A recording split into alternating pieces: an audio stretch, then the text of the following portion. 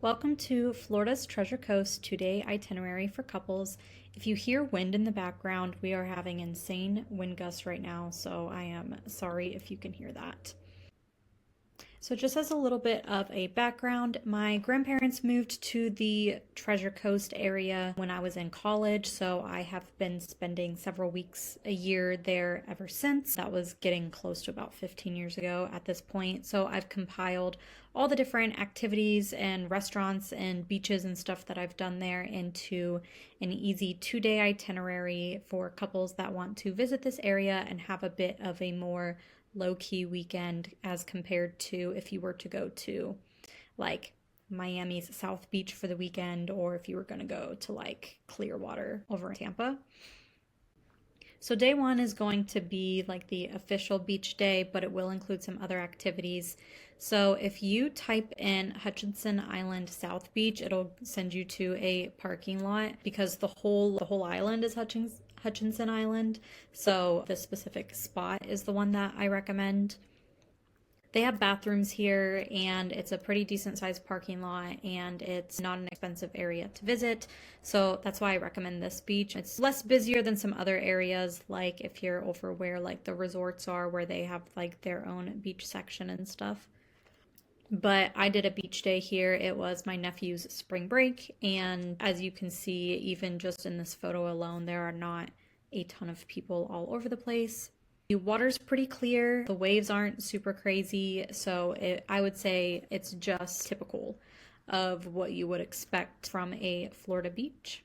Lunch, I recommend going to Manatee Island Bar and Grill. It is in Fort Pierce. It takes about 10-15 minutes to get there from this beach. And this one is on the water on a little inlet, so you can watch like boats and, people watching and stuff. This is what the restaurant looks like. On my most recent visit, I got chicken lettuce wraps, which were so good. I would get chicken lettuce wraps virtually anywhere, but they're really good for like a beach day because like the chicken filling is filling, but being a lettuce wrap, it's a bit lighter, which is nice. You get, best of both worlds there. Some other things that we've had over the years, the breaded shrimp, fish and chips, gumbo, shrimp po' boy with onion rings, and my favorite side ever, which is plantains. And then, of course, key lime pie for dessert because you're in Florida, and key lime pie is also just delicious. So I recommend getting key lime pie anywhere you can.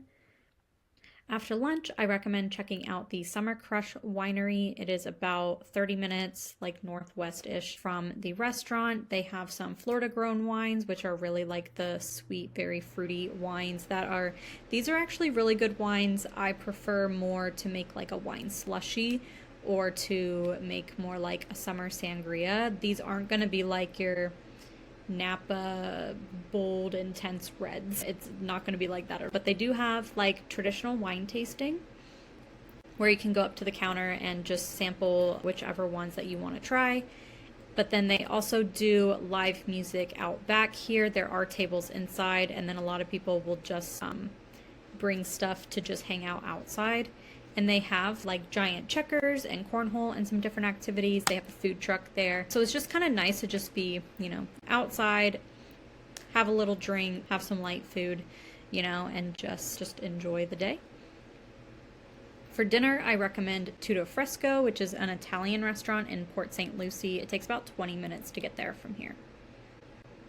I have never actually dined in the restaurant. I've been in there to pick up my food, but my grandparents lived nearby, so we would just go in and order a bunch of food for everybody to take home since it's easier when we have the larger group. But here's a little bit of everything that they have. Meatballs, this one looks more like vodka or vodka like rigatoni or something. And this might have lasagna, and this may be just like spaghetti for meatballs and some garlic bread.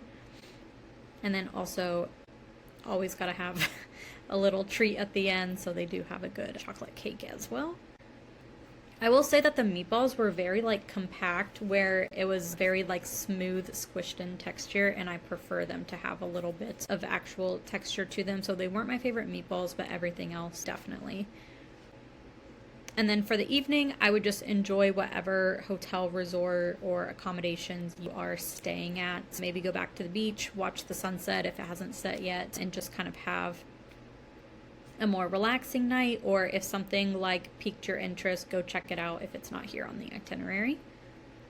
And then the second day is exploring a handful of different local sites, slightly more active day. I recommend starting off your morning at the Port St. Lucie Botanical Gardens. This place isn't huge, but they have a lot just in this small area. Like, you can definitely spend at least an hour, probably a couple hours. It's nice to just walk around, look around. You can chat, you know. This is kind of a little glimpse of how like dense the area is. And then they do also have a pretty large pond, and they have some seating areas all the way around. So you really can just kind of like sit and relax. If you work remotely like we do, you can always bring some work here to do. Once you're ready for lunch, I recommend Dolphin Bar and Shrimp House. This is over in Jensen Beach. It takes about 20 minutes to get there from the Botanical Garden. This is what it looks like. And calamari is really good here. My oldest niece, she has been very well trained since she's probably been about like 5 years old. Like, calamari is like her go-to. If she doesn't have calamari as an appetizer, she's like, what are we doing? Some other foods on the menu that we have tried. This was kind of like a blackened shrimp. This one came with plantains and beans. And then this one is bacon skewered shrimp over rice. So there's a variety of different sides. I love that Florida has plantains everywhere, because when I lived in California, like, no menus ever had plantains. In Ohio, I would say if you're going to any sort of either southern or some of the Mexican restaurants, you can kind of get it, but like, I don't know why plantains are not more common everywhere, because they are so good. Some other foods, a little more carb heavy, is some sandwiches and pasta. So this is a shrimp po' boy, which is served with onion straws. Their onion straws are very good. I highly recommend them. They're just good to like snack on too. And then over here is a brat that also has onion straws. And Cajun shrimp pasta. I love pasta. I could eat pasta all day, every day. I don't, but I wish I could. For the afternoon, I recommend the Navy SEAL Museum. This is kind of random, but to me, this is kind of like the most interesting local activity. They are always closed on Mondays. You will find in this area in general, Mondays are a pretty slow day. So if you are planning this itinerary for it to cross over into a Monday, I would stick to like not really paid activities. I would stick to like a beach day, resort day kind of things, just because a lot of things are closed on Mondays here. It is about a 45-minute drive. You drive up Hutchinson Island the whole time, so it's a pretty scenic drive, and you're just kind of being more acquainted with the area around you, and you may find something that piques your interest to do at some other point in this itinerary. But the cool thing about the Navy SEAL Museum, which is why I recommend this, I like team building activities, and they have a replica obstacle course like you've probably seen in movies from like boot camp and stuff, and you actually get to do the obstacle course. So it would just be a fun thing to do, to just try your skills and see how hard it really is, or if you find that it was like surprisingly easier than you thought it might be. For dinner, I recommend Little Italy. It is another Italian restaurant in Port St. Lucie, not far from Tutto Fresco actually. It's very like mom and pop restaurant feeling. Like, you can see the like table pattern here. It's just very, I would say, like stereotypical of like what you would expect, just all the stereotypes of like a slightly more casual Italian restaurant as opposed to like a fine dining Italian restaurant. Their garlic knots are very good. Their meatballs are very good. Side salad is good to have when you're having so much dense, heavy Italian food. I've had their lasagna, their chicken Alfredo, and I believe this was like a vodka pasta. I couldn't find exactly what it was, but all of these are great.